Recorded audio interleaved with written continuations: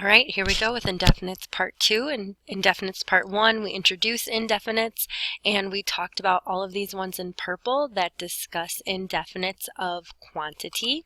So now we're going to start by talking about a couple of ones that don't necessarily discuss quantity or existence. They're just sort of the ones that in the topics notes I refer to a few others. So here we go. The word for other or another is different forms of otro. And in this sentence here, I have bought a piece of jewelry in this market and another in that other market. We have two uses for it. In the first one, another referring to a piece of jewelry, so it is a pronoun. And in the second case that we're using it, we're saying other market, describing market, so it's an adjective. To say what someone has done, we use the present perfect, which is a conjugated form of haber plus past participle. So we get, yo he comprado a piece of jewelry, una joya. In this market, this and these have T's, that and those don't. Those are demonstratives, and we'll be getting to that in Unit 3C, demonstratives. So just something to think about there. And another, matching or replacing, well, matching and replacing a piece of jewelry, which is una joya, so please use the correct demonstrative there, in that other market. So again, market is mercado, so you're going to need the correct form as an adjective to describe market, and in that will be en.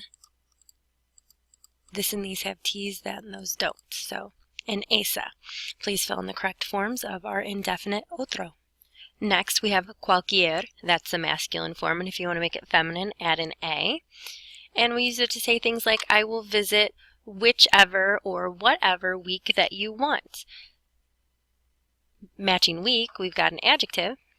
So I will visit, to say what someone will do, is a future tense. Take the whole darn infinitive, unless it's one of the irregulars, 12 irregulars, and add the ending. I will visit whatever week that you want. Semana que quieres. So please fill in the correct form of cualquier there. All right, next we're getting into our indefinites of existence, the ones that are in blue and red. So we have someone, somebody, anyone, or anybody is alguien. Did you see anyone? It's only used as a pronoun. Takes the place of a person. Someone and no one are pronouns. So did you see anyone? We have the past tense. So in the preterite, dar and ver take er, ir endings, but no accents. Did you see anyone? And if I want to put my subject in the question, I guess that should be in parentheses there, but subjects go at the end or at least after the verb, so fill in someone there. Some information to know about alguien and nadie. You still need the personal a if either of them are used as the object of the sentence. Since someone's being seen, someone's being verbed, then the person is the direct object. So yes, in this question, you do need the personal a. And if alguien or nadie are the subject, you conjugate the verb into the he-she form. A lot of students, when they say that no one did something, they don't know what form to use. So use the he-she form. Nadie means no one, nobody, not anyone, or not anybody. No, I didn't see anyone. So in this case, it's a not anyone. And again, pronoun. So no, I didn't see. Yo no vi. A, personal a, because no one's being seen, no one's being verbed. They're the direct object. You need the personal a. And something to point out, sometimes people mix up the words for someone versus something and no one versus nothing. If you look at quién, which asks who, alguien and nadie, they all have the IE and they all refer to people. Something that might help you out there. So please make sure you are filling in the missing indefinites. And let's continue on with our indefinites of existence or non-existence. We've got algo, which means something. It can be used as an adverb. in front of like another adjective, and it can mean somewhat or slightly, not our focus here. So go ahead and write that down, but put it in parentheses because it's not our focus here. Do you need something? Something is a pronoun, and therefore do you need? Necesitas. And all I need you to do is fill in something. And if you wanted to put your subject tú, you would put it after the verb or at the end. Nada means nothing or not anything. It can be used in an adverb form and it means not at all, but again, it's not our main focus. No, I don't need anything. That shouldn't be a question mark. That should be a period. There we go. As you can see, it is also a pronoun. And no, yo no necesito. Even though I'm saying anything, it's really not anything, so it's the negative, because once you go negative, you must stay negative.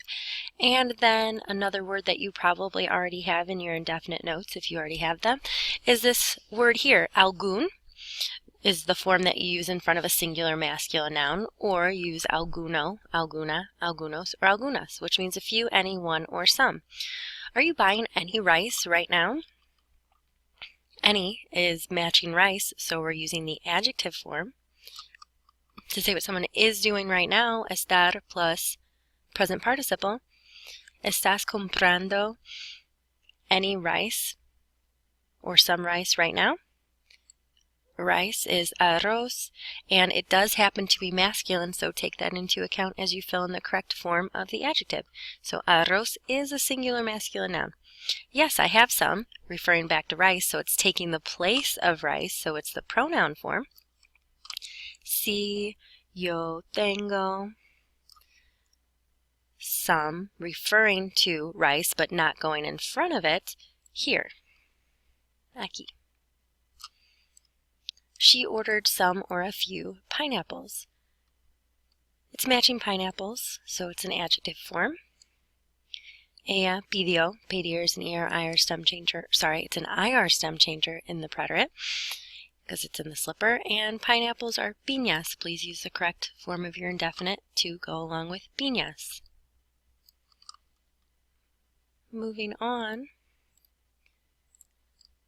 Be careful with your negative indefinites. So the ones that are on this previous page in red, and this previous page in red, nadie, nada, and the one we're about to do, which is ningún.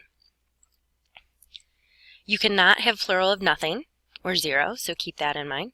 A negative indefinite can be placed before or after the verb. Usually if it's before the verb, it's the subject, and usually if it's after the verb, it's an object. Not always, but usually. And if the negative indefinite is placed after the verb, you must put no in front of the verb. If you use a negative word after the verb, you have to put no before the verb, or in some cases you can use tampoco. Once you go negative, you must stay negative. In Spanish, it's totally cool to double, triple, or quadruple your negative sentences. In English, it's not cool. In Spanish, it's totally cool to do that. So here's ningún, very similar to algún. It's the form that you use in front of the singular masculine noun, or ninguno or ninguna. There's no plural form of this indefinite because you can't have plural of nothing. And it means no, none, not a single one, or not any. So in English, we might say, I don't see any grains on our shopping list. Mom, you told us we were going to start eating healthier, but I don't see any grains on our shopping list. So you would say any, and you might be like, oh, for any, that's algún, because it's any, one, some, few. But it's a negative sentence. So let's rephrase it. I don't see a single grain. There it is, not a single grain on our shopping list. I don't see any grain. Not any. Or this would not probably be your best choice for this one. I don't see no grain on our shopping list, or I see no grain on our shopping list. Probably not the most natural form, but all of these sentences are truly saying the same thing. And in this case, it's describing grain, so we have the adjective. So we would say, yo no veo. Here's the word for on our shopping list, and grain. Grain is cereal. What you should know about cereal, because you can't see it just by looking at it, is that it is a singular masculine noun. So please choose the correct form of ningun, ninguno, or ninguna, and place it there. I don't see any or a single one either. I don't see. Yo no veo. This is how you agree with a negative sentence. Tampoco means not either. And it's a pronoun replacing any grain. So it's any one or a single one. So please use the correct pronoun form of our indefinite. Or, since tampoco is a negative word that you can use before the verb, you could say tampoco veo, and then the negative form of your pronoun, ningun, ninguno, ninguna.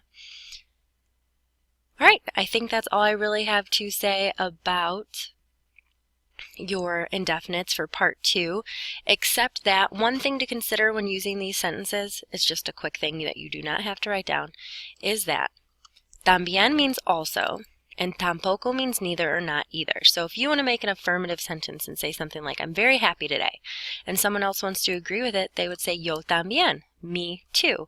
But if someone's making a negative statement, like, I'm not very happy today, and you wanted to agree with that statement and say, me neither, yo tampoco.